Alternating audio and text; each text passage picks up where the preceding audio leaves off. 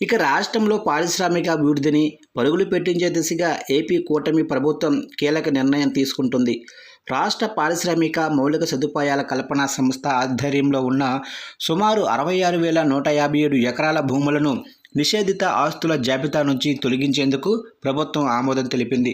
గతంలో ఈ భూములు నిషేధిత జాబితాలో ఉండటం వల్ల పారిశ్రామికవేత్తలు తమ ప్రాజెక్టుల కోసం బ్యాంకు రుణాలు పొందలేక యాజమాన్య హక్కుల విషయంలో అనేక ఇబ్బందులు ఎదుర్కొనేవారు.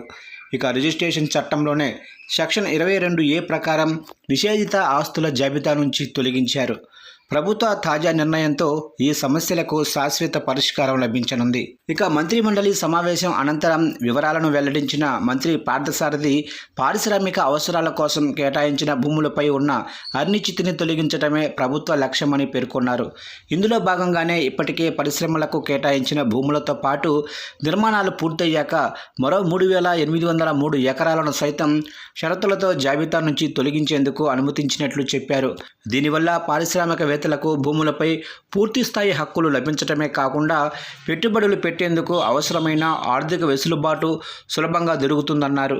రెవెన్యూ రికార్డుల్లో స్పష్టత కోసం సుమారు 51,603 ఎకరాల ప్రభుత్వ ఇతర భూములను నేరుగా ఏపీఐఐసిసి పేరు మీద మ్యూటేషన్ చేసేందుకు కూడా మంత్రివర్గం గ్రీన్ సిగ్నల్ ఇచ్చింది. గతంలో ఈ భూములపై ఉన్న సాంకేతిక అడ్డంకుల వల్ల ప్రాజెక్టుల నిర్మాణం ఆలస్యమై రాష్ట్రానికి రావాల్సిన పెట్టుబడులు వెనక్కి వెళ్లే పరిస్థితి కూడా ఉండేదన్నారు. ఇప్పుడు ఆ అడ్డంకులన్నీ తొలగిపోవడంతో పరిశ్రమల స్థాపనకు అనువైన వాతావరణం ఏర్పడుతుందని తమ ప్రభుత్వం భావిస్తుందన్నారు. ఈ నిర్ణయం రాష్ట్ర ఆర్థిక వ్యవస్థకు ఉపాధి కల్పనకు పెద్దపీట వేయనున్నట్లు చెప్పారు.